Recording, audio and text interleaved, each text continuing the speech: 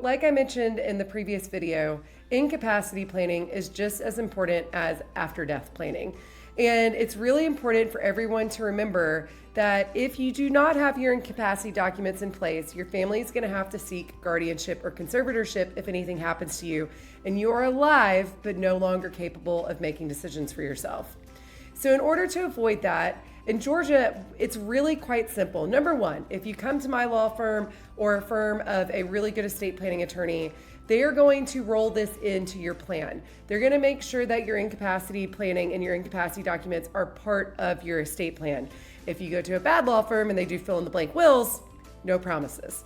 But you can actually handle this yourself. The state of Georgia has made it relatively easy for us.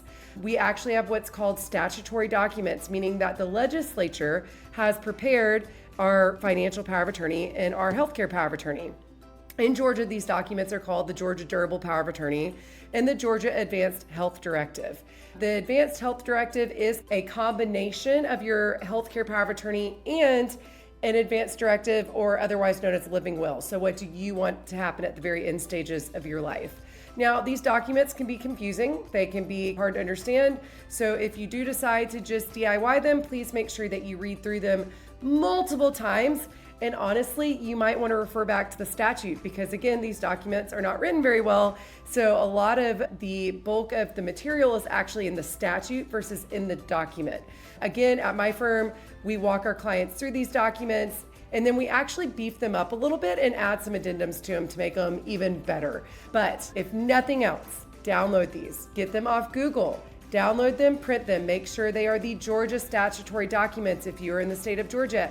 And most states do have their own documents. So depending on what state you're in, it's going to depend on what document you want. Some states don't, but most states do.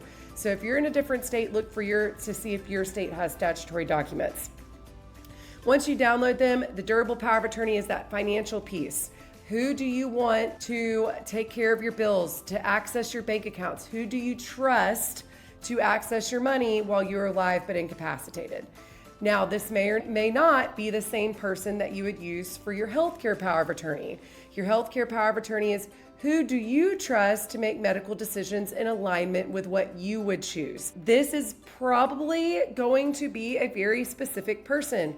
Whatever you do, please do not name your emotional child for this role. They are not going to want to make life or death decisions for their mommy or daddy. So you need to name that child.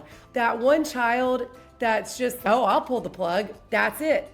That's who you want to name. Your rational, logical child that's not going to be able to make those life or death decisions for their mom or dad at the end of the day.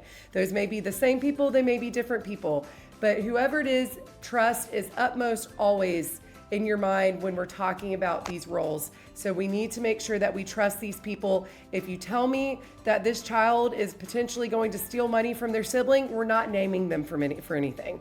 So you need to trust them. You need to trust that they'll make good decisions.